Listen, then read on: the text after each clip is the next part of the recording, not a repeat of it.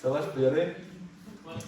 Allez, donc vous vous souvenez donc que la fois dernière, eh bien, effectivement, on avait vu la dernière cours, donc c'était par vidéo. J'imagine que vous aviez tous bien suivi ça. Ouais. Oui. Oui, très bien. Donc on avait regardé divers versets ensemble.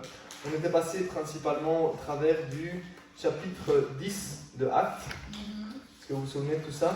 Oui. On avait regardé un petit peu effectivement la fin du chapitre 9. Oui, c'est ça. C'est ça. Donc on avait regardé toute l'histoire de Pierre. Et on avait été dans Acte 9, dans Acte 10, et on s'était arrêté à la fin du chapitre 10 de Acte. Donc cette histoire, elle parlait principalement de Pierre. Évidemment, c'était la partie de l'Acte des Apôtres qui parle principalement de Pierre.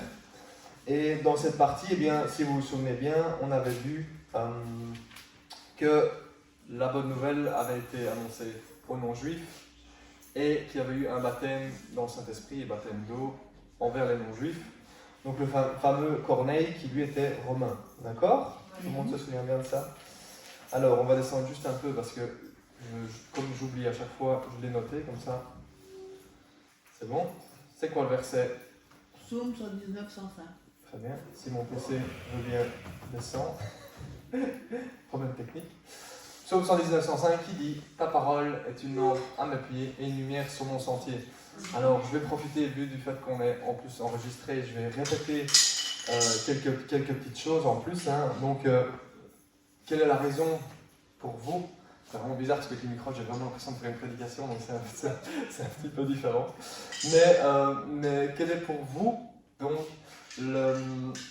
la raison pour laquelle on donne une étude biblique? Quelle est la raison pour vous et pour moi de venir ici à l'étude biblique plutôt que de venir un dimanche à l'église?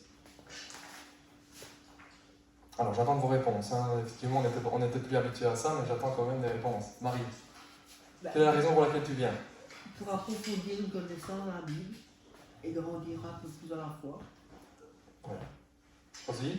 Ben oui, ça peut faire la même chose pour déjà comprendre plus. Ce qu'on n'a pas compris, tu peux nous montrer ou en parlant. Très bien. Ni? Pour avoir une connaissance, pour apprendre plus de qui est Dieu, de ce qu'il fait, de ce qu'il peut faire dans nos vies. Okay. Isabelle?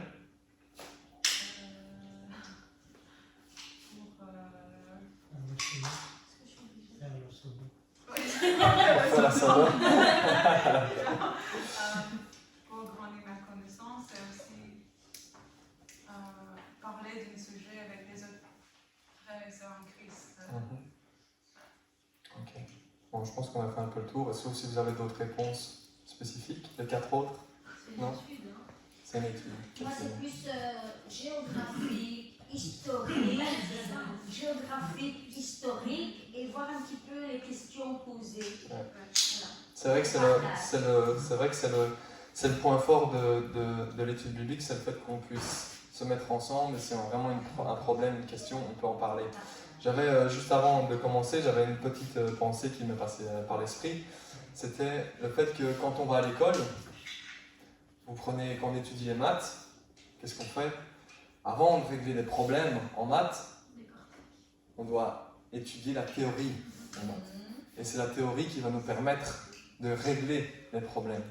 Et on se rend compte qu'une étude biblique, ça va aller dans le même sens. C'est-à-dire qu'on va apprendre la théorie sur la Bible, mais cette Bible, quand on va être face à des problèmes, cette Bible va avoir des solutions pour nous. Parfois, il y a des choses qu'on ne va pas comprendre sur le moment.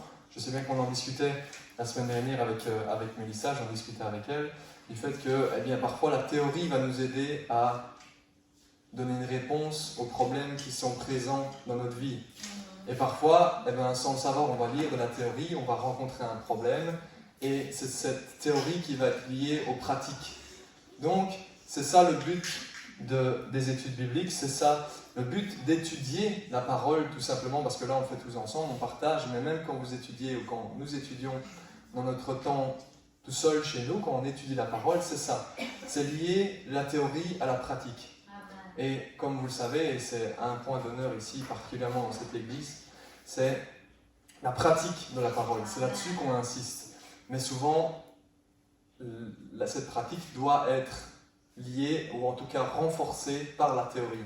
C'est parfois difficile de régler certains problèmes sans comprendre la théorie de comment résoudre ce problème, d'accord? Donc c'est ça, là-dessus, c'est le but de ces études bibliques, c'est de pouvoir aller un peu plus en profondeur dans la parole et dire, ok, on va analyser un peu les choses, on va voir un peu les choses sous un autre angle et voir ce que la parole nous dit, rentrer dans les détails. Je vais comme ça, si on a tous des questions, ben, on parle ensemble et on en discute. Ça va? Donc, comme je disais, on était la fois dernière, donc on était dans le chapitre 10. On peut regarder, on va vite passer, donc on va continuer l'histoire. Et cette histoire, elle continue donc dans le chapitre 11, où on voit, là je vais vite résumer le chapitre 11 et 12, parce qu'après on va faire un retour en arrière, vous comprendrez après pourquoi. Le chapitre 11, on voit très vite que Pierre doit rendre des comptes à ses frères et sœurs chrétiens à Jérusalem. Ils vont poser des questions, ils vont lui dire en gros, pourquoi est-ce que tu t'es permis de faire ça? Pourquoi est-ce que tu as été dans cette direction? Et pourquoi est-ce que le baptême du Saint-Esprit a été permis et que tu as baptisé d'eau ces gens alors qu'ils n'étaient pas juifs? C'est la question qui va... Donc vraiment, Pierre, qui pourtant est une personne d'autorité dans l'Église, vous souvenez-vous bien, c'est quand même un des apôtres qui a vécu durant tout le ministère avec Christ. Donc il fait partie d'une des personnes d'autorité, des fondements de l'Église. C'est une des images, un des exemples envers qui les gens vont regarder, et c'est lui qu'ils vont suivre. Et ils vont quand même lui rendre des comptes en disant, attends, explique-nous un peu ce qui s'est passé, parce que là, on n'est pas tout à fait sûr de ce que tu nous expliquais. Du coup, le verset qu'on va prendre principalement et que j'ai sorti de ce chapitre 11, c'est donc Acte 11, verset 17, qui résume très bien l'idée que Pierre donne, et la raison, ça va être ça, son élan et son excuse, entre guillemets. Il va dire donc, Acte 11, 17, « Puisque Dieu leur a accordé le même don qu'à nous, qui avons cru au Seigneur Jésus-Christ, qui étais-je, moi, pour m'opposer à Dieu ?» C'est aussi simple que ça. Si Dieu leur a permis, pourquoi est-ce que lui se permettrait de faire autrement? Donc très vite, ils vont se calmer, ils vont lui dire, ok, ça va, on a compris de quoi tu parles. Après les explications, ils sont calmés. Et ils étaient d'accord avec lui. Il dit même, au verset 19, après avoir entendu, 18, pardon, après avoir entendu cela, ils se calmèrent et se mirent à célébrer la gloire de Dieu en disant, Dieu a donc aussi accordé aux non-juifs la possibilité de changer d'attitude. Donc c'est un autre mot pour se repentir, afin d'avoir la vie. La deuxième partie du chapitre 11, on va la passer pour le moment parce qu'on en parlera après. Et puis, le chapitre 12, on voit que, première chose, un événement assez important d'Actes des Apôtres, l'apôtre Jacques est tué. On lui coupe la tête. Donc, l'apôtre Jacques, c'est bien celui dont on parlait dans les évangiles, le frère de Jean. Donc, c'est une des figures majeures tout de même de l'Église à l'époque, comme les 11 autres apôtres qui restaient. Il fait partie de ceux qui ont marché avec Christ. Et donc, c'est une personne importante. Donc, c'est vraiment une personne importante qui est tuée par le roi Hérode.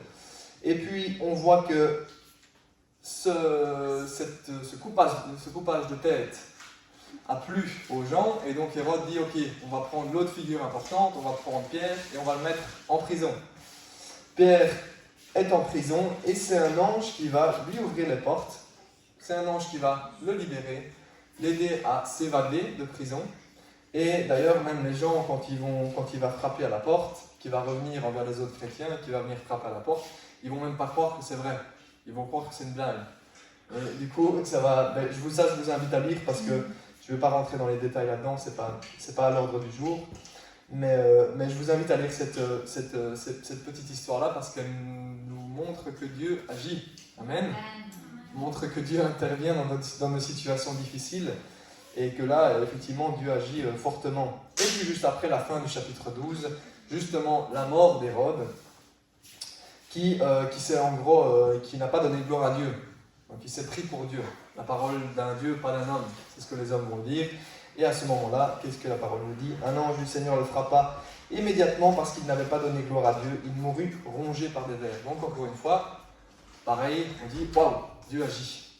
Donc c'est bon à lire pour nous parce qu'on voit que notre Seigneur continue à agir et on voit que c'est le même Seigneur du Nouveau Testament et de l'Ancien Testament. On voit qu'il n'a pas changé. Amen.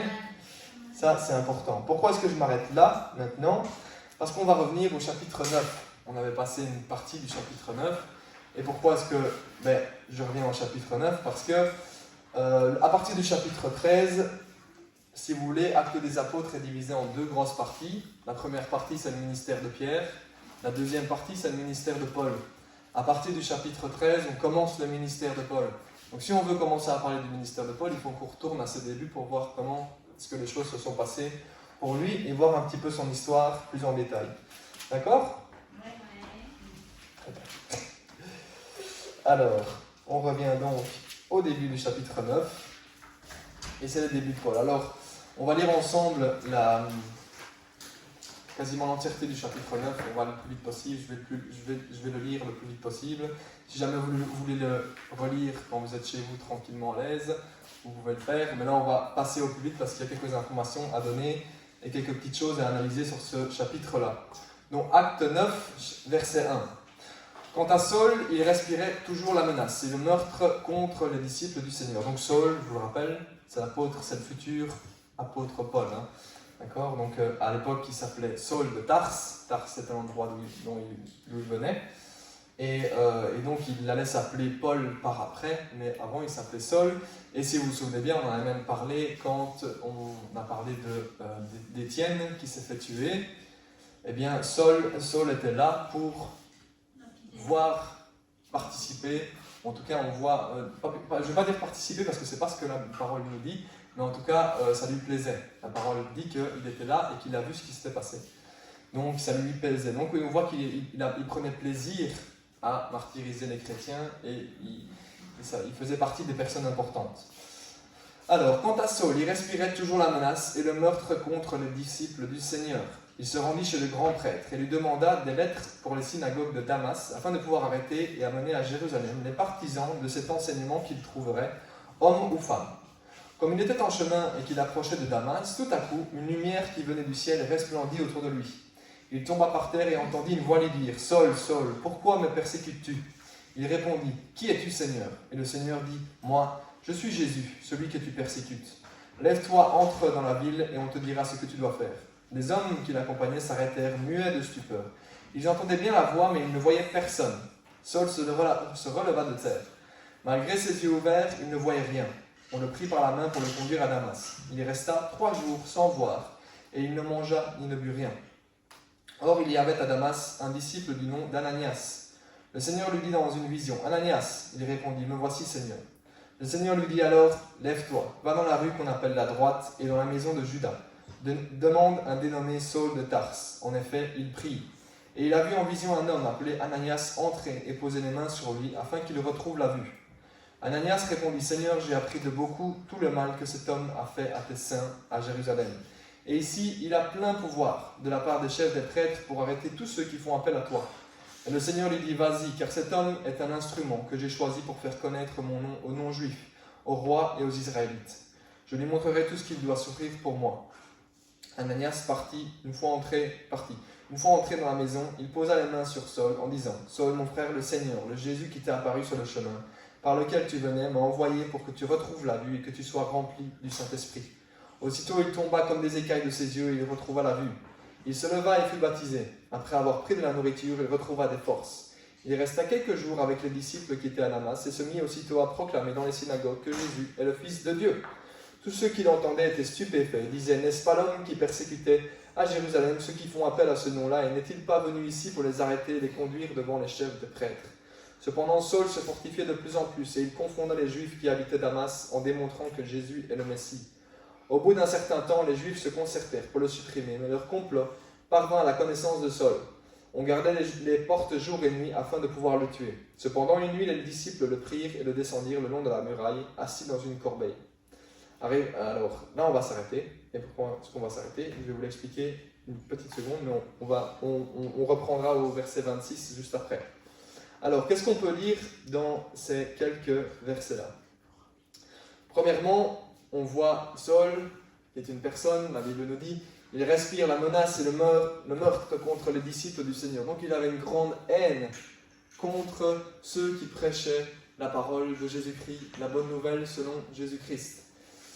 On voit qu'il va chez le grand prêtre lui-même, le grand prêtre du temple de Jérusalem, et lui dit, est-ce que je peux aller à Damas? Est-ce que tu me donnes des lettres afin de pouvoir arrêter et d'amener à Jérusalem tous ceux qui enseignent l'enseignement de Jésus-Christ?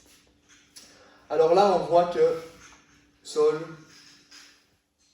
rencontre Jésus, que Jésus lui-même se met sur le chemin de Saul, l'arrête et lui demande « Pourquoi est-ce que toi, tu me persécutes, moi ?» Alors, j'aimerais bien juste que pendant quelques minutes, on se mette à la place de Saul. Mettez-vous 2 minutes à sa place. Vous êtes un pharisien, un docteur de la loi, une personne qui, depuis qu'il est tout petit, étudie la parole, la parole, la parole, la parole. Quand je dis la parole, c'est l'entièreté de l'Ancien Testament. La Torah principalement, les 5 premiers livres, les prophètes, les rois, etc. Donc tout l'Ancien Testament. Donc c'est cette parole-là qu'il étudie, et on pourrait presque dire qu'il la connaît sur le bout des doigts. Parce que ça va être son travail principal. Il est docteur de la loi, donc il connaît la parole comme peu de personnes la parole. Il fait partie de l'élite d'Israël. Il fait partie de l'élite de Jérusalem, de ceux qui enseignent et donnent des leçons à ceux qui ne font pas, qui n'exécutent pas la parole correctement. C'est lui qui va faire partie d'un groupe qui va enseigner cette parole qui est relativement compliquée et dense, on va dire, bon, il y a beaucoup quoi. D'accord? Donc beaucoup de lois, beaucoup de petites choses, beaucoup de détails sur lesquels, mais il les connaît. Donc il connaît ce Dieu, ce Yahweh, qu'il a étudié depuis son enfance. Et puis, un culte, on va appeler ça un culte, une croyance arrive selon laquelle que Jésus-Christ est mort sur la croix, c'est lui le Messie qui est venu sur terre pour sauver l'humanité. Il pense que c'est une folie, ça n'a strictement rien à voir avec ce que l'Ancien Testament nous dit, c'est ce que lui croit, et il va aller se battre contre ces gens. Il va les martyriser, il va essayer de les tuer, il va essayer de les mettre à mort, il va faire tout ce qu'il peut pour descendre cette croyance. Il va faire tout ce qu'il peut pour anéantir ce groupement. Et lui, qui pense donc de tout son cœur, de toute son âme, de toute sa force, servir son Seigneur lui-même l'arrête. Alors mettez-vous 2 minutes à sa place. Quand vous voyez une présence comme ça qui vous arrête, vous n'avez pas de doute une seconde que c'est la présence. Quand Dieu se révèle, quand Dieu réellement se révèle à vous, il n'y a pas une once de doute en vous que c'est celui qui a créé le ciel et la terre. Il sait démontrer sa puissance assez, il sait nous montrer, rien que par sa présence, que c'est lui, qu'il n'y en a pas d'autre, qu'il est le seul et l'unique. Donc, Saul sait cette chose-là. Il se fait arrêter par la personne qui pense servir. Mettez-vous 2 minutes à sa place. Dites-vous, ça fait 20, 30 ans que vous travaillez pour une cause. Et au bout de ces 20, 30 ans, vous dites, je fais un bon travail. Et la personne même que vous pensez servir vous arrête. Ça doit juste être terrifiant et tellement chamboulant pour une personne qui essaie de faire de son mieux. Parce qu'on voit qu'il est zélé pour son Seigneur. Il a du zèle pour dire, mais non, je vais faire ce qui est le mieux pour toi parce que ces gens-là bafouent ton nom. Et le Seigneur lui-même l'arrête et très très vite il va comprendre, Saul, pourquoi me persécutes-tu? Qui es-tu, Seigneur? Il ne comprend pas très bien. Il sait qu'il est en sa présence, mais il dit, attends, qui? C'est moi, Jésus. Là, le lien est fait. C'est bon, il a compris. Il sait que ce Seigneur la présence dans laquelle il se tient, c'est le roi des rois, le Seigneur des seigneurs, et le roi des rois, le Seigneur des seigneurs, lui dit, je m'appelle Jésus. C'est juste fou. On peut comprendre le chamboulement dans sa vie, et qu'est-ce qui doit lui passer par la tête, tout simplement de se dire, waouh, tout ce qu'il a vécu, tout ce qu'il a cru depuis le début, mais il avait tort en fait. Et on voit donc que Jésus va lui donner des instructions. Et on voit qu'il va perdre la vue. Et puis, il va... Ah, j'étais trop loin. Tac. J'étais un peu trop loin. Il va perdre la vue. Et puis, la parole nous dit même, il resta 3 jours sans voir. Et ne mangea ni but rien. Ça montrait un état de pur choc. Je ne sais pas si je peux dire spirituel, émotionnel et physique, mais probablement les trois. Parce que s'il ne voit rien, s'il ne mange rien, s'il ne boit rien, déjà physiquement, il ne doit pas être au top. Et en plus, émotionnellement, il ne doit pas être au top. Et spirituellement, à mon avis, il doit être au bout de tout parce qu'il doit se dire, je ne sais plus qui croit, que faire ni qui croit. Et on voit donc qu'effectivement, Jésus lui a donné cette parole en disant, bon, voilà ce qui va se passer, quelqu'un va venir vers toi. Et on voit donc cet épisode avec Ananias. Mettons-nous 2 minutes à la place d'Ananias aussi. D'aller vers celui qui persécute les chrétiens, vers celui qui les martyrise, qui les tue. Et ton Seigneur te dit, va vers lui, tracasse pas, je suis avec toi. On peut reconnaître son courage dans son obéissance. Vraiment, c'est assez... voilà, c'était un serviteur obéissant qui n'a apparemment pas eu peur d'obéir à son Seigneur. Bon, il a quand même parlé en disant, mon Seigneur, est-ce que tu es sûr ?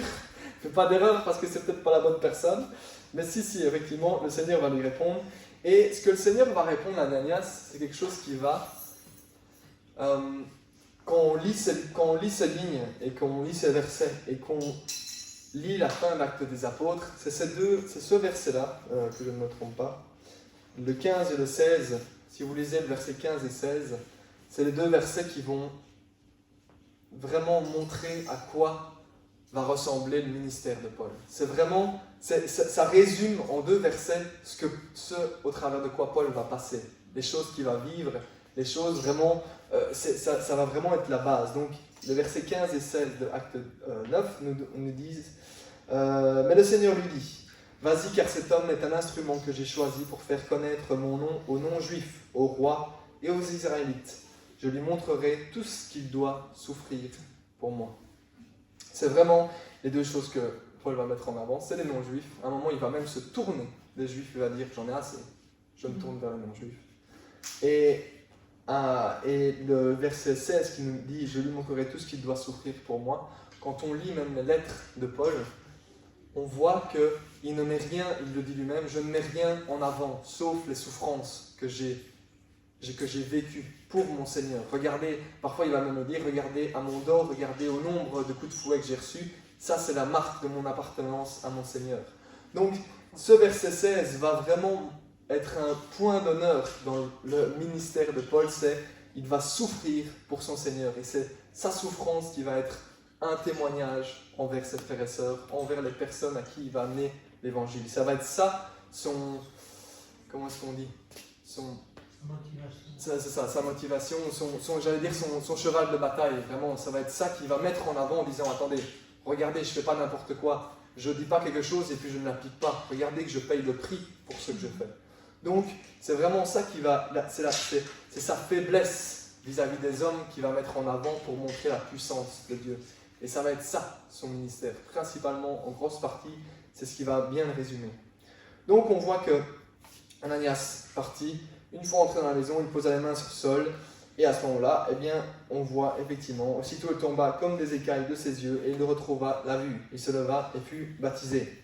Il ne nous dit pas effectivement s'il était baptisé d'eau et de feu, il nous dit qu'il était baptisé. On peut en deviner que c'était les 2, parce qu'après, vu le nombre de fois où Paul parle de parler en langue, on ne tracassez pas, on peut deviner qu'il était baptisé dans le Saint-Esprit, il n'y a pas de souci pour ça. Donc on voit qu'il va reprendre des forces en mangeant par après, et il va rester quelques jours avec les disciples à Damas. Alors ce qui est intéressant, c'est qu'au verset 20, qu'est-ce que la Bible nous dit ? Il se mit aussitôt à proclamer dans les synagogues que Jésus est le Fils de Dieu. Très très vite, le zèle qu'il avait pour son Seigneur à persécuter les chrétiens, ce zèle va se retourner à l'avantage des chrétiens et à l'avantage de la parole, de l'évangile.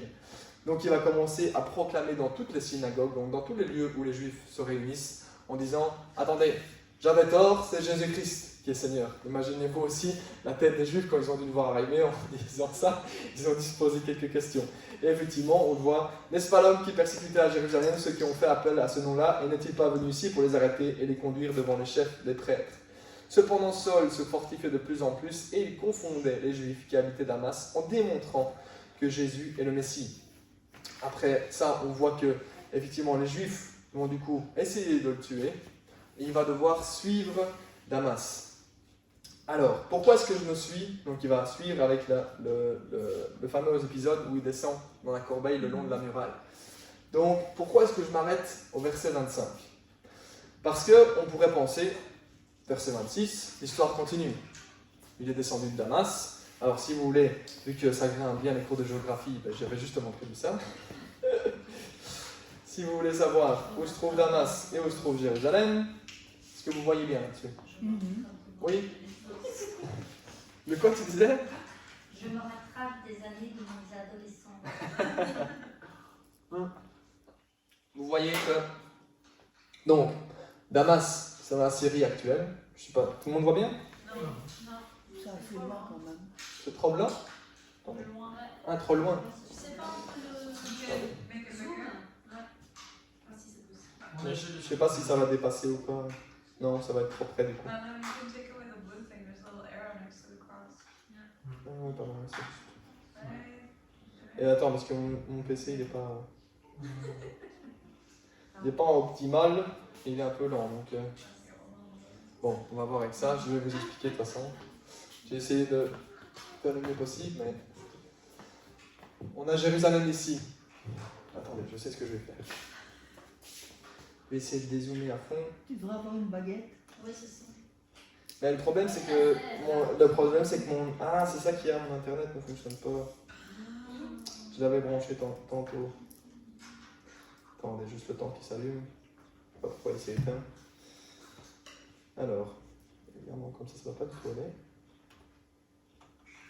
Bon, juste pour info d'abord, je vous montrerai la carte entière après, le temps qu'il charge, le temps que l'internet charge.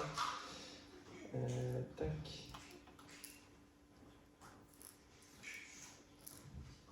Ah. Alors. Bon, ça va pas. Tant pis. Ce qu'on voit là, c'est la route. Moi j'ai mis à pied, d'accord? Comme ça, on a une idée de l'époque, ils n'avaient pas de voiture, parce que Jérusalem, donc on est Israël, vous avez la bande de Gaza ici, donc vous avez l'Égypte là, Israël là, le Liban en dessus, et vous avez la Syrie, donc Damas, c'est une ville de la Syrie actuelle. Et entre Jérusalem et Damas, à pied, il y a 288 km. Donc ça représente, à l'heure actuelle, non-stop, 60 heures de marche. Donc ça fait 2 jours et demi. D'accord? 2 jours et demi, non-stop. Hein. Donc le temps de dormir et tout, ça leur prend bien 4-5 jours à faire probablement, au moins, si vraiment ils marchent beaucoup. Mais bon, ils avaient l'habitude de marcher plus que nous aussi, donc ils avaient l'habitude de faire des longues distances. Donc on peut voir ça aussi. Je ne sais pas du tout pourquoi mon internet ne veut pas se mettre, mais tant pis. Donc là on voit bien qu'effectivement 60 heures de marche, c'est plutôt impressionnant. Pourquoi est-ce que je vous dis ça? Parce que justement on pourrait penser, bah tiens, verset 25, il sort le long de la muraille, il descend, tout va bien, et puis il fait sa petite trotte jusqu'à Jérusalem. Seulement, si vous lisez l'entièreté du Nouveau Testament, on se rend compte qu'il y a un stop là. Il y a une étape qui n'est pas que Actes des Apôtres ne va pas nous montrer. Et cette étape, on la trouve où? On la trouve dans Galates. Galates chapitre 1, verset 16. Et donc, c'est Paul qui parle. Bon, je vous laisse le temps de le noter. Galates 1, verset 16.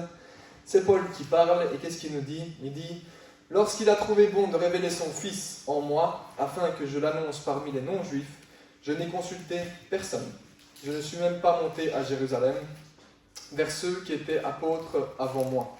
Mais je suis aussitôt parti pour l'Arabie. Puis je suis retourné à Damas. 3 ans plus tard, je suis monté à Jérusalem pour faire la connaissance de Pierre. Et je suis resté 15 jours chez lui. Mais je n'ai vu aucun apôtre, si ce n'est Jacques, le frère du Seigneur. » Donc pas celui qui a été tué évidemment, parce que lui il est déjà mort. Ah non, en fait, non, c'est après, pardon, je me perds dans le chapitre. Non, c'est encore après. Mais on voit que là, c'est évidemment pas du même Jacques qui parle, c'est pas Jacques, le frère de Jean, c'est Jacques, le frère de Jésus. Enfin, demi-frère de Jésus, si je puis dire. Donc, mais je n'ai vu aucun apôtre, si ce n'est Jacques, le frère du Seigneur. Donc, ce Jacques-là, c'est celui qui écrira également l'épître, selon Jacques, c'est celui-là, qui va aussi devenir un des piliers de l'Église à Jérusalem. Donc il va devenir vraiment une des personnes importantes à Jérusalem. En vous écrivant cela, je l'affirme devant Dieu, je ne mens pas. Donc on se rend compte, si on retourne à notre verset 25, que effectivement Paul descend de la corbeille, mais il ne va pas tout de suite à Jérusalem. C'est 3 ans après seulement qu'il va rencontrer les apôtres. Donc on pourrait penser, qu'est-ce qui s'est passé pendant ce temps-là? On posera la question quand vous le verrez. Mais, je n'ai pas la réponse parce qu'il ne le dit pas. Mais on peut penser qu'il a mis un temps à part pour son Seigneur. C'est pour ça que je le mets en avant, parce qu'il est intéressant de voir les quelques versets sur lesquels on est passé juste avant, où il est marqué que, au verset 22, cependant Saul se fortifiait de plus en plus et il confondait les Juifs qui habitaient Damas en démontrant que Jésus est le Messie. C'était celui juste avant, pardon, je me trompe. Le verset 20, et se mit aussitôt à proclamer dans les synagogues que Jésus est le Fils de Dieu. Alors, il y a 3 étapes qui sont intéressantes là-dedans. Premièrement, il va donc être sauvé, il va donner à ça, être né de nouveau, baptisé d'eau, baptisé de Saint-Esprit, et très très vite, il va proclamer dans les synagogues que Jésus est le Fils de Dieu. Alors, proclamer dans les synagogues que Jésus est le Fils de Dieu, est-ce que c'est de l'enseignement? Non. Il va tout simplement témoigner de ce que lui a vécu, des choses, de sa manière de rencontrer Jésus, et il va tout simplement dire, Jésus est Seigneur, c'est vers lui qu'il faut se tourner. Ensuite, il va leur dire, Saul se fortifiait de plus en plus et il confondait les Juifs qui habitaient Damas en démontrant que Jésus est le Messie. Et par après, on voit qu'il va effectivement passer 3 ans, on ne sait où, dans le désert quelque part, perdu dans ce coin-là, d'accord? Donc, il y a quelque chose à comprendre là-dedans. Ce qui est intéressant, c'est de voir que Paul va effectivement être zélé pour son Seigneur, il va témoigner aux personnes qui l'entourent que Jésus-Christ est Seigneur, mais il va avoir besoin tout de même de ces 3 ans à part, tout seul. Et ensuite, il va retourner à Jérusalem. Pourquoi est-ce que je parle de ça? Pourquoi est-ce que je mets ça en avant? Parce que c'est intéressant de voir que avant tous les ministères qui ont commencé dans la parole, il y a chaque fois eu un temps de préparation. Regardez Jésus. Combien de temps il a passé en préparation? 30 ans. Oui, c'est vrai. 30 ans, c'est pas ça que je pensais, mais oui aussi, effectivement. Il a passé 30 ans. Mais je pensais plus aux 40 jours qu'il a passé vraiment juste avant le début de son ministère. C'est 40 jours, et 40 jours et demi qu'il a passé dans le désert. Donc, effectivement, 30 ans, ça c'est vrai. Mais c'est ça, ces 40 jours-là que je voulais mettre en avant, parce que c'est vraiment son baptême avec Jean, et puis ces 40 jours qui ont après marqué le début de son ministère, le début de vraiment sa mission et pourquoi il était venu. Ensuite, on voit Saul qui lui va 3 ans dans le désert. On va suivre la suite de l'histoire après, mais on va voir effectivement que c'est à partir de ce moment-là qu'il va commencer à enseigner les gens, qui va se permettre d'enseigner les gens. Alors vous me direz, oui mais Thomas, il est marqué qu'il confondait les Juifs qui habitaient Damas en démontrant que Jésus est le Messie. Effectivement, démontrer, ça montre bien qu'il arrivait à leur expliquer. Mais pourquoi est-ce que c'est un petit peu une exception? Parce que vu la connaissance déjà qu'il avait de la parole, il y avait déjà des choses qu'il comprenait très très vite. Il avait une connaissance, comme on l'a dit au début, il avait une connaissance très poussée de la parole, de l'Ancien Testament, de la Torah et de tous les livres des prophètes. Donc il avait une compréhension très poussée. Une fois qu'il a donné sa vie à Christ, qu'il est né de nouveau, il y a plein de choses qu'il a très très vite compris. Donc il a su les expliquer très très vite. Souvent, c'est pas dans la plupart des cas ici, c'est pas notre cas. quand on est né de nouveau, on a une connaissance nulle de la parole. Donc quand on commence, qu'est-ce qu'on peut se permettre de faire? On témoigne. On dit, j'ai vécu ça avec Jésus. J'ai été sauvé comme ça, je suis né de nouveau, j'ai vu qu'il avait agi dans ma vie, tac, on témoigne. Mais après une semaine, je pense qu'aucun d'entre nous n'a pu se permettre d'enseigner aux autres la parole, parce qu'aucun d'entre nous la connaissait. Donc, dans ce cas-là, Saul est un petit peu une exception parce qu'il justement, il avait déjà une connaissance très poussée de la parole. Mais malgré ça, il va quand même avoir ces 3 ans où, comme je vous le dis, on ne sait pas vraiment ce qui se passe, mais on voit qu'au bout des 3 ans, il va se permettre d'enseigner les gens. Avec Barnabas, c'est ça qu'on va lire juste après. Donc on voit qu'il y a un temps de préparation avant son ministère. Je parle bien de ministère, d'accord? J'insiste bien sur le mot ministère, parce que c'est important. Et oui, alors on peut me poser la question, mais Thomas, alors, les autres apôtres, Pierre, est-ce qu'il a eu un temps de préparation? Avec Jésus quand même. Merci Mélissa. Effectivement, il a passé 3 ans avec Jésus. Donc vous voyez encore que les chiffres sont quasiment encore les mêmes, chaque fois 3 ans. Et que tous les autres apôtres qui ont été enseignés la parole, mais très très vite ont pu l'enseigner. Pourquoi? Parce qu'ils ont passé 3 ans avec Jésus qui leur expliquait, attendez, ça fonctionne comme ça, et ça fonctionne comme ça, et ça fonctionne comme ça. Donc, très très vite, ils vont pouvoir se permettre d'enseigner parce qu'ils en savent plus que la plupart des gens autour. Donc ils vont se permettre d'enseigner en disant, ah oui, souvenez-vous, Jésus avait dit ça. C'est comme ça qu'ils vont enseigner les choses. Donc là, Saul, effectivement, va passer 3 ans. Alors on continue dans l'histoire. Arrivé à Jérusalem, Saul essayait de se joindre aux disciples, mais tous avaient peur de lui, car ils ne croyaient pas qu'il était un disciple. Alors Barnabas, vous vous souvenez de Barnabas, c'était celui qui avait vendu son champ, au tout début de l'acte des apôtres. Alors Barnabas le prit avec lui, le conduisit vers les apôtres, et leur raconta comment, sur le chemin, Saul avait vu le Seigneur qui lui avait parlé, et avec quelle assurance il avait prêché à Damas au nom de Jésus. Donc Barnabas est déjà une personne établie dans l'Église, tout le monde le connaît, il fait déjà partie de ceux qui étaient là au début, donc tout le monde lui fait confiance. Donc il dit, attendez, non, regardez ce qu'il a vécu, croyez-le, faites-lui confiance, il a vécu quelque chose avec son Seigneur. Saul allait et venait avec eux dans Jérusalem, et s'exprimait en toute assurance au nom du Seigneur. Il parlait aussi et discutait avec les hellénistes, mais ceux-ci cherchaient à le supprimer. N'ayant appris, les frères l'emmenèrent à Césarée et le firent partir pour Tars. Alors encore une fois, quelque chose d'intéressant dans ce qui nous est donné là. Parce que du coup, ce qu'on vient de lire, c'est une sécurité. Une sécurité pourquoi? Pour les gens qui vont penser qu'ils peuvent passer 3 ans à part, avec leur Seigneur tout seul dans la prière, et puis ils peuvent se permettre d'enseigner les gens comme ils veulent. Absolument pas. On voit que Saul va revenir à Jérusalem, et là lui-même dans la Galate nous dit, j'ai rencontré Pierre, j'ai rencontré Jacques, et on voit que Saul allait et venait avec eux dans Jérusalem et s'exprimait en toute assurance au nom du Seigneur. Est-ce que vous pensez que s'il allait et venait avec eux, ils ne discutaient pas des doctrines de la parole? Évidemment que si, ils échangeaient. Probablement, on peut bien croire ça, que Pierre et Jacques ont même probablement expliqué des choses à Saul en disant, attends, oui d'accord, tu as passé du temps avec ton Seigneur, tu l'as rencontré d'une manière que nous, on n'a pas rencontré de cette manière-là, mais quand il était sur terre, il nous a expliqué ça. Et ils ont pu échanger avec lui. Et lui, il a pu apprendre d'eux.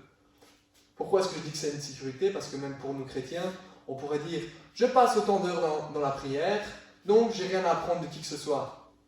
Faux.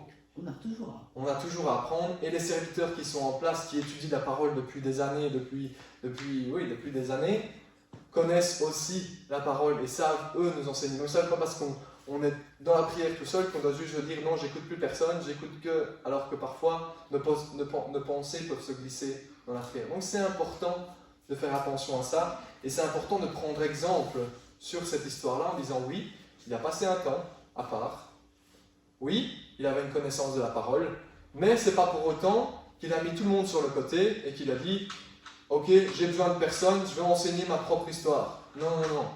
Il a été leur parler, il a passé du temps avec eux, il a discuté, et il a probablement appris beaucoup de choses. D'accord?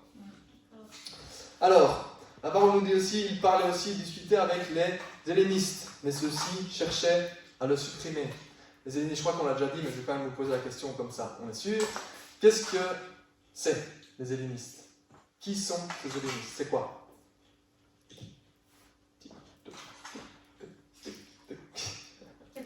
Personne? Je peux demander à mon smartphone. Oui, là c'est sûr que c'est trop rare. J'ai dû utiliser mon smartphone, je dois savoir aussi que ça casse pas. Non? Alors c'est tous les, en gros, les juifs qui ne venaient pas, qui ne parlaient pas hébreu, mais qui parlaient grec, donc qui ne venaient pas d'Israël, mais d'autres pays, étaient appelés aussi des hellénistes. Là, on parle de chrétiens, donc on parle de juifs, d'anciens juifs, qui ne viennent pas d'Israël, qui ne parlaient pas hébreu, mais qui parlaient grec, qui sont devenus chrétiens. D'accord? Donc c'est des gens d'origine juive, mais qui viennent d'autre part. Donc quand vous voyez par exemple, quand ils ont tous été baptisés dans le Saint-Esprit, ils ont parlé en langue, et que tous les gens autour ont compris dans diverses langues, eh ben, c'est notamment de ceux-là, quelques-uns d'entre eux dont on parlait, qui étaient les hellénistes. C'était des gens qui parlaient grec, donc des juifs qui ne sont pas d'origine hébraïque. D'accord? Tout le monde comprend bien les termes? Oui? Ça peut aller. Si vous ne comprenez pas, dites-le. Hein. Si je peux essayer d'être plus clair. Ce sont des juifs de naissance, mais qui n'habitaient pas nécessairement à Jérusalem. C'est ça. Mieux? Plus clair? Oui, c'est bon. Ça va alors. Ça va. Si tout le monde a compris, c'est le principal. Donc, les fameux hellénistes, mais ceux-ci cherchaient à le supprimer. L'ayant appris, les frères l'emmenèrent à Césarée. Alors, Césarée, c'est quelques kilomètres aussi au nord de Jérusalem. Et le firent partir pour Tars. Alors, on retourne à notre map. Tars. Bon, j'ai toujours pas internet, donc ça va pas être facile de plus précis. Mais comme ça, vous le verrez. Effectivement, Tars, c'est... Ah, peut-être que si je dézoome... Ah, là, on voit, voilà. Ça, vous le voyez. Vous voyez plus ou moins? Donc, nous, on est par là. L'Europe, c'est par là, d'accord? Donc, vous avez là-bas la France, l'Italie, l'Allemagne, vous descendez, clac, clac, clac. Vous arrivez dans les Baltiques. Vous arrivez à Istanbul. Ah, merci beaucoup. Juste pas que je touche l'écran. Donc, là-bas, il y a la France, l'Allemagne, vous descendez dans les Baltiques, blablabla. Vous arrivez à Istanbul. Donc là, vous avez la Grèce. D'accord? Grèce, Istanbul, donc la frontière turque. Là, vous avez l'entièreté de la Turquie. Et juste ici, en bas, là, vous avez un petit truc, un petit port, quoi.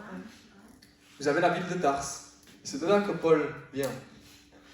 Donc, entre Israël, Jérusalem et Tars, là, bon, en l'occurrence, là, je crois qu'eux, ils disent qu'ils sont allés par bateau, si je me souviens bien. Si nous avons appris pour aller en avion. Ah oui, c'est vrai qu'en avion, ça ira plus vite. Ils disent qu'ils l'emmenèrent à Césarée et le firent partir pour Tars. Donc, il y a beaucoup de chances que de Césarée, il a pris le bateau pour aller à Tars, parce que c'était beaucoup plus facile que de faire tout le tour. Mais, on voit que aujourd'hui, si vous vouliez aller de Jérusalem à Pâtes jusque Tars, 896 km, 185 heures de marche non-stop. Vous faites le calcul, ça fait un peu, allez, 8 jours, 8-9 jours, plus comme ça. 8-9 jours de marche, non-stop. Hein. Ouais, sans s'arrêter. Sans s'arrêter, sans dormir, ni manger, ni rien du tout. Marcher non-stop. Donc, doublez au moins la chose. Hein. Vous avez 20, 25, voire peut-être un mois de marche. Hein. Si la font un peu cool, vous avez un peu plus ou moins un mois. Donc, vous avez une belle petite trotte entre les deux. J'aime bien ce mot-là, c'est pour ça.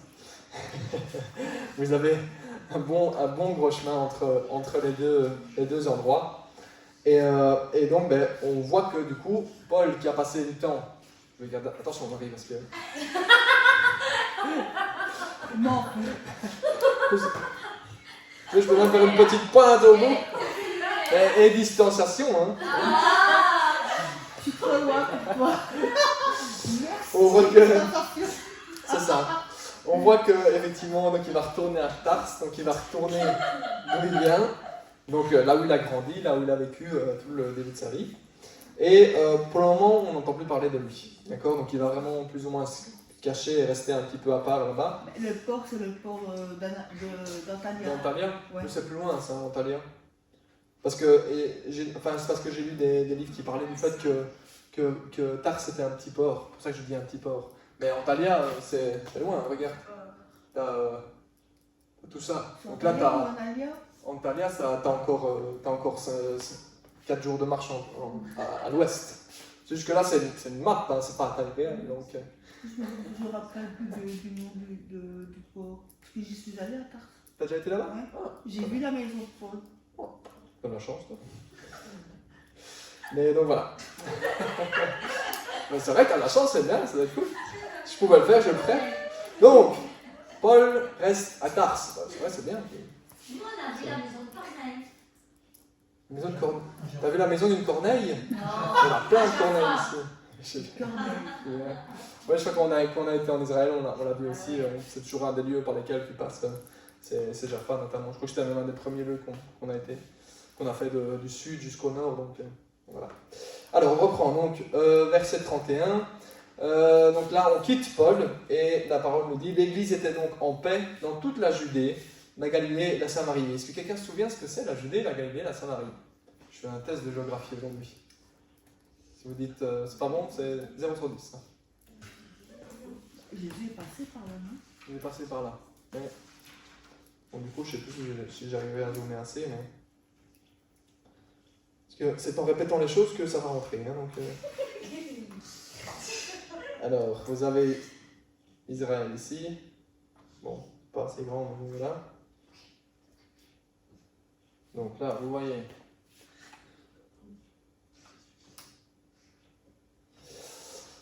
La Judée, c'est le sud du pays d'Israël. Je vois pas bien ici. La Judée, c'est le sud. La Samarie, c'est le milieu. Et la Galilée, c'est le nord. D'accord? Donc les Samaritains habitaient plus ou moins au milieu. Jérusalem avait toute la Judée, donc c'est tout ça. La Samarie était là. Et puis la Galilée se trouve tout là, quoi. Ça va? Donc vous avez Judée sud, Samarie au milieu, Galilée au nord. J'aime vraiment bien voir ça. Donc l'église était en paix dans toute la Judée, la Galilée et la Samarie. Elle s'édifiait, marchait dans la crainte du Seigneur et grandissait grâce à l'aide du Saint-Esprit. Donc la bonne nouvelle. On passe donc au chapitre 11. On reprend le milieu du chapitre 11. Et là, on reprend du coup... Donc on est passé je vous le rappelle, on est passé du chapitre 9 au chapitre 10 où on a parlé de Pierre la fois dernière, en vidéo. Au chapitre 11, Pierre s'explique. Et ensuite, au milieu du chapitre 11, verset 19, il continue avec l'histoire de l'Église. Donc là, on reparle de Paul. Verset 19, elle nous dit: ceux qui avaient été dispersés lors de la persécution survenue après la mort d'Étienne allèrent jusqu'en Phénicie. Phénicie, c'est toute la côte. C'est quasiment l'entièreté de la côte d'Israël, si vous voulez, et un peu plus haut aussi, c'est le Liban et la Syrie et tout ça. Donc c'est quasiment l'entièreté de la côte.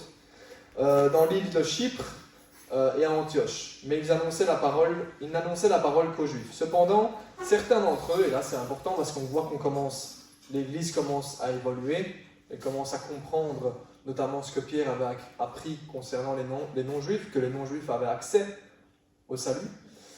Donc, mais il annonçait la parole qu'aux Juifs. Cependant, certains d'entre eux, qui étaient originaires de Chypre et de Cyrène, vinrent à Antioche et s'adressèrent aussi aux non-juifs pour leur annoncer la bonne nouvelle du Seigneur Jésus. La main du Seigneur était avec eux et un grand nombre de personnes crurent et se tournèrent vers le Seigneur. Donc là, ça continue. Les non-juifs, un grand nombre de personnes, ça parle des juifs et des non-juifs. Un grand nombre de personnes s'est tourné et a commencé à croire. La nouvelle en parvint aux oreilles des membres de l'église de Jérusalem, qui sont essentiellement, ou en grande partie, rappelez-vous, des juifs, donc pas des non-juifs, quoi. C'est ça. Et ils envoyèrent Barnabas jusqu'à Antioche. Alors, posez-moi la question, pourquoi est-ce qu'ils envoient Barnabas à Antioche? Pour quelle raison est-ce qu'ils envoient Barnabas à Antioche? Là, juste avant, on lit que il y a des c'est quoi, c'est où? Juste avant, cependant certains d'entre eux qui étaient origines de Chypre, de Cyrène, vinrent à Antioche et s'adressèrent aussi aux non-juifs. Donc tous ces gens-là vont parler aux non-juifs, vont leur présenter la bonne nouvelle et ces gens vont se convertir. Maintenant, l'église de Jérusalem entend parler de ça, que des non-juifs se convertissent à Jésus-Christ, et l'église de Jérusalem envoie Barnabas. Pourquoi? Parce qu'il avait accompagné Paul au début. Non. Au moins, il dit quelque chose. Fracasse. Alors, la réponse elle est tout aussi bête qu'on puisse penser. C'est-à-dire que, eh bien, quand il y a quelque chose qui se passe, on essaie de regarder sous contrôle. Donc, on essaie de voir comment les choses se passent, dans quelle mesure les choses se passent. Donc, qui est-ce qu'ils vont envoyer? Une personne de confiance. Ils vont envoyer quelqu'un qui n'a peut-être pas besoin de rester à Jérusalem, comme Pierre et Jacques restaient principalement à Jérusalem parce que c'était là que leur ministère, et c'est là qu'ils continuaient à travailler. Mais ils vont envoyer une personne qui connaît la doctrine de Jésus-Christ, qui connaît la pratique de Jésus-Christ, qui connaît tous ses enseignements et qui a marché avec eux et qui savent comment ils marchent, une personne de confiance en qui ils ont confiance, et ils vont lui dire va à Antioche, va voir ce qui se passe et assure-toi que les choses se passent correctement. Parce que qu'est-ce qui se passe parfois? C'est que quelqu'un va entendre la bonne nouvelle et puis il va rajouter des choses, ou il va retirer des choses, ou il ne va pas raconter les choses correctement, ou il ne va pas enseigner correctement.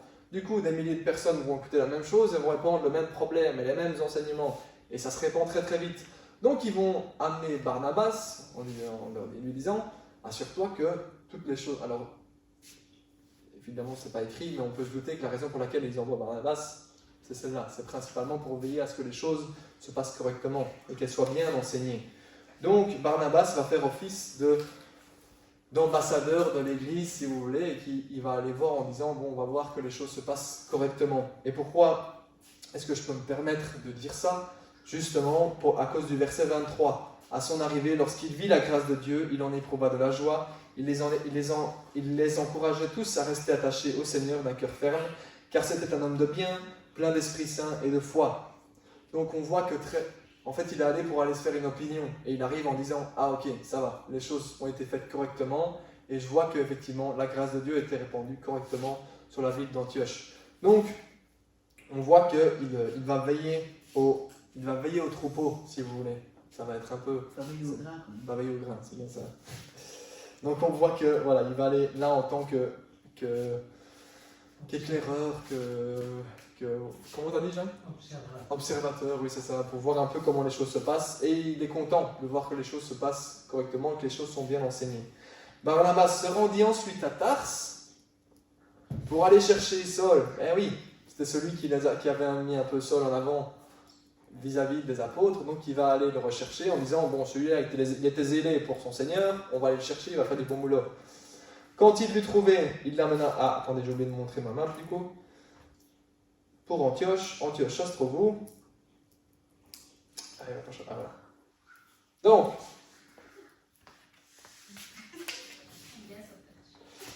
Jérusalem, Damas tout à l'heure, vous avez tout le Liban actuel avec Beyrouth, connu. Et ici, donc vous aviez Tarse qui était ici, ou là, je ne sais plus, là ou là, c'est pas grave, ici dans ce coin-là, et ici Antioche, juste là. Bon, il ne dit pas le nom 702 km, 144 heures de marche, donc un petit peu moins loin que Tarse, mais c'est quand même déjà une belle trotte aussi. Alors, on reprend le verset. Tac. Pendant toute une année, c'est à Tarse, quand il l'eut trouvé, il l'amena à Antioche. Pendant toute une année, ils participèrent aux réunions de l'Église et ils enseignèrent beaucoup de personnes. Donc là, Barnabas et Saul vont faire partie de ceux qui vont continuer à enseigner aux personnes, des personnes de confiance, des personnes importantes qui vont donner les enseignements du Christ. C'est à Antioche que, pour la première fois, les disciples furent appelés chrétiens. Voilà, on porte leur... Et depuis cette époque-là, on porte ce nom-là. À cette époque-là, des prophètes descendirent de Jérusalem à Antioche. L'un d'eux, du nom d'Agabus, se leva et annonça par l'Esprit qu'il y aurait une grande famine sur toute la terre. Elle arriva en effet sous l'empereur Claude.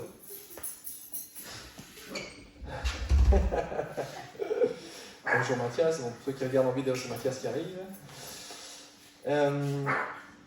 Donc, je répète, à cette époque-là, les prophètes descendirent de Jérusalem à Antioche. L'un d'eux, du nom d'Agabus, se leva et annonça par l'Esprit qu'il y aurait une grande famine sur toute la terre. Elle arriva en effet sous l'empereur Claude.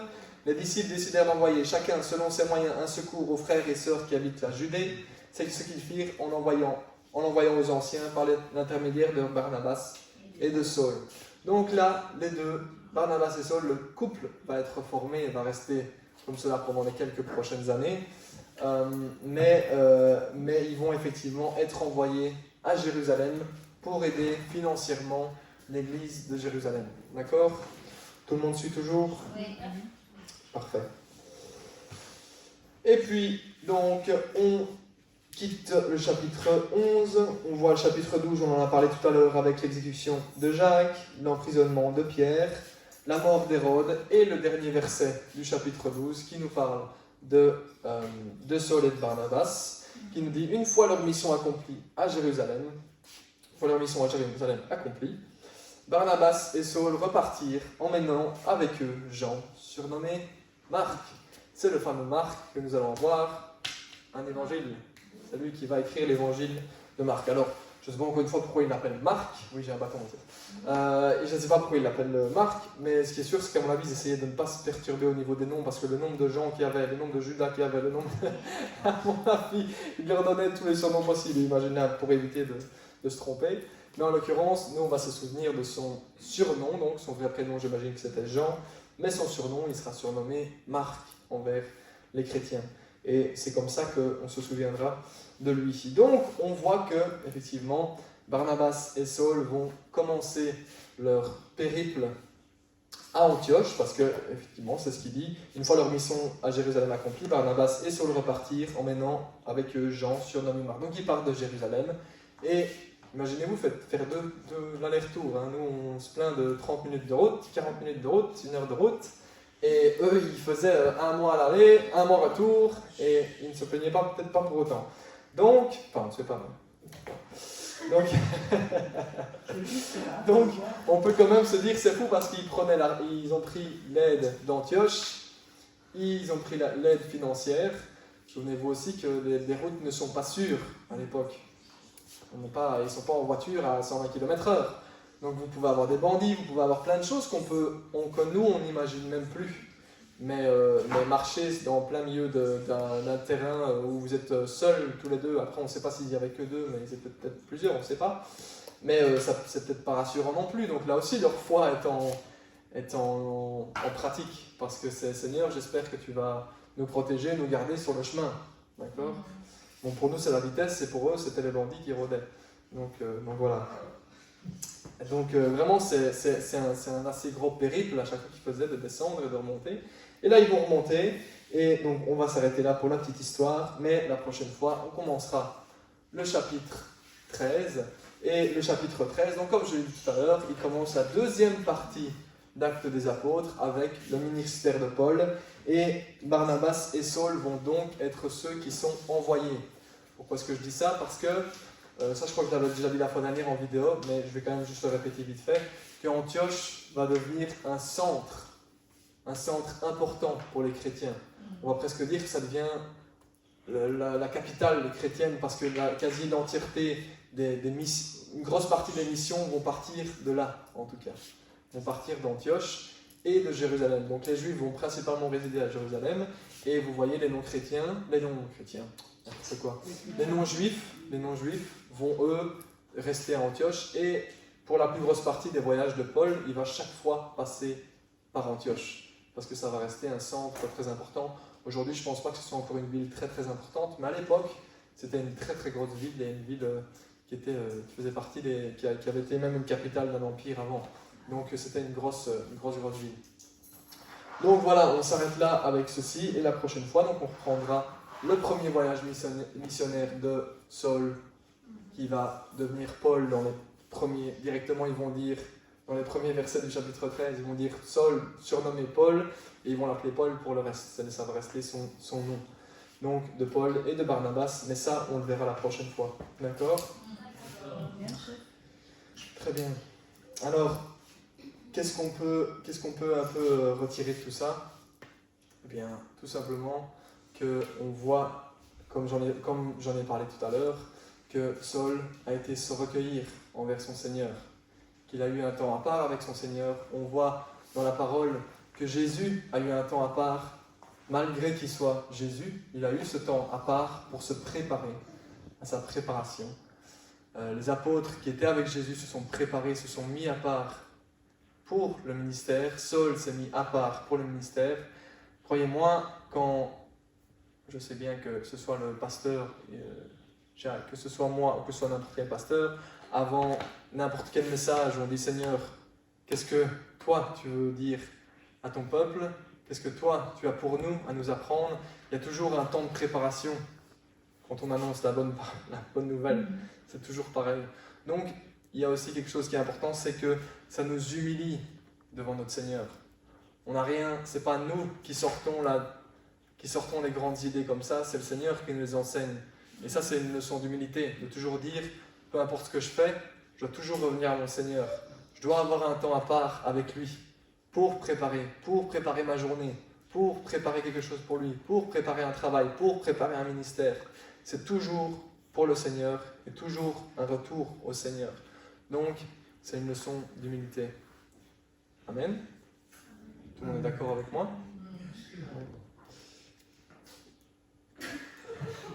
La classe est... Comment est-ce que... Je pense à la classe est finie. Vous pouvez rentrer. Est-ce que quelqu'un a des questions, des commentaires? Non? Moi, je voulais simplement poser la question si Antioche était toujours aussi rituel. C'était toujours aussi? Ben, c'est pas en tout cas... Ah, en tant que chrétien. Ah, ça je sais pas par contre. C'est vrai que j'ai pas pensé à aller voir ça. Ah, peut-être pour la première. La prochaine fois, j'irai lire un peu des infos. Ben après, en même temps, il y a quand même 2000 ans qui nous séparent de ça. Il faut penser que tout le territoire israélien a été, on va dire, peut-être le plus protégé par rapport aux croyances. C'est celui qui est resté le plus juif et peut-être le plus chrétien. Et encore, parce que quand on voit le résultat aujourd'hui, ben, c'est qu'il y a quand même, tout s'est quand même fort mélangé. Donc on peut imaginer que les autres territoires où il y avait peut-être moins de chrétiens, peut-être moins de juifs, c'est un territoire principalement musulman maintenant.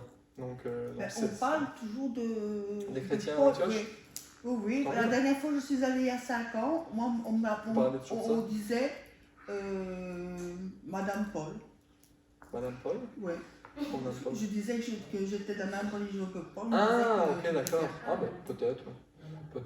Bah après, oui, mais j'irai voir pour la prochaine fois, voir quels sont les chiffres par rapport à ça, il faut que j'y pense. Quels sont les chiffres par rapport à Antioche.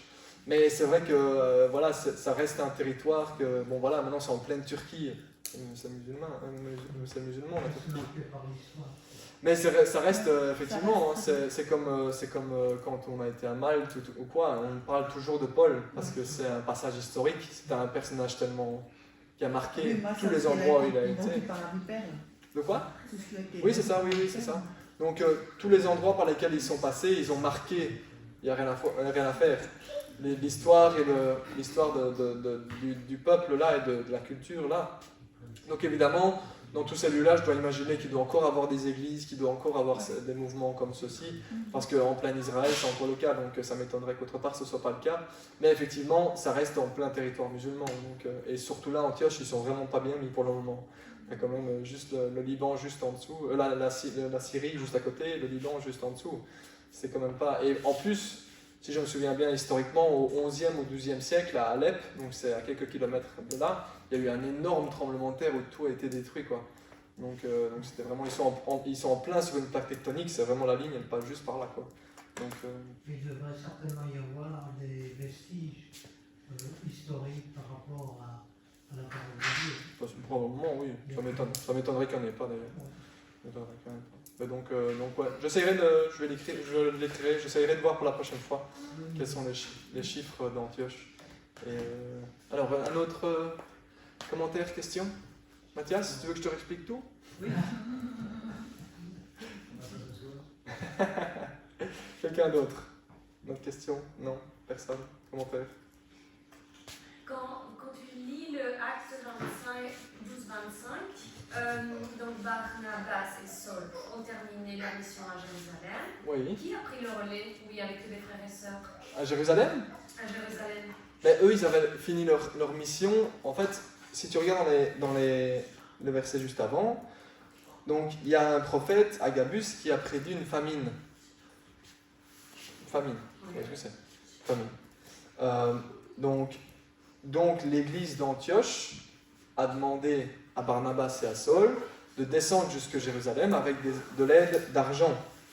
Arrivé en fait sur l'empereur, les disciples décidèrent d'envoyer chacun selon ses moyens un secours aux frères et sœurs qui habitaient la Judée. Donc ça peut être, je dis de l'argent, mais ça peut être de l'argent, ça peut être des vivres, ça peut être à manger, mais voilà, c'est principalement de l'argent, j'imagine. De quoi? Il faut que ça tienne 30 jours. Oui, c'est ça. Après, si tu envoies des céréales ou quoi, mais bon, c'est toujours très lourd, quoi. Donc, je sais pas comment, enfin, on sait pas quoi, mais voilà, ils ont envoyé de l'aide à Jérusalem parce que Jérusalem est aussi plus au sud, près de la Judée, c'est plus désertique, donc tu as moins de temps, voilà, c'est plus compliqué. Donc, ils ont envoyé pour aider l'église de Jérusalem. C'était ça la mission de Barnabas et de Saul, c'est de descendre d'Antioche jusque Jérusalem, d'amener ces moyens-là que les gens ont mis ensemble. Paul fera la même chose longtemps après aussi, en demandant à toutes les églises de se réunir, toutes les églises de Grèce, tout ça, de se réunir pour envoyer aux chrétiens de Jérusalem. Et donc c'est ça que dans Acte 12, il est marqué, une fois leur mission à Jérusalem accomplie, c'est-à-dire amener ça, Barnabas et Saul sont repartis. J'espère pour eux qu'ils sont quand même restés quelques jours pour se reposer. mais voilà, ils sont repartis, et là ils sont repartis accompagnés. Parce que pour eux, c'était pas... Saul n'est jamais resté très longtemps à Jérusalem. Il avait souvent plus de problèmes qu'autre chose à Jérusalem. Donc, il n'est jamais resté très longtemps, il repartait très vite. Donc là, il va repartir à Antioche. Et d'Antioche, comme je le disais tout à l'heure, ça va devenir un centre, parce que toutes les missions vont partir de là. Tous les chrétiens vont démarrer de là à chaque fois, quoi. Donc ça va vraiment devenir un point de point. Ça va? Quelqu'un d'autre? Marie? Non? Tout est clair? Rosina, tout est clair? Mathias, tout est clair? Allez, tiens, c'est bon du coup? Personne d'autre? Personne au bout? Isabelle, ça va? T'as compris aussi? Ok, je n'ai plus rien à rajouter, donc on peut clôturer par la prière. Seigneur éternel, te remercier pour ces moments que nous pouvons passer ensemble. Te remercier, Seigneur, de tout ce que nous pouvons apprendre de toi, de ce que nous pouvons apprendre de ta parole, Seigneur, et tout ce que je te demande, c'est que chacun d'entre nous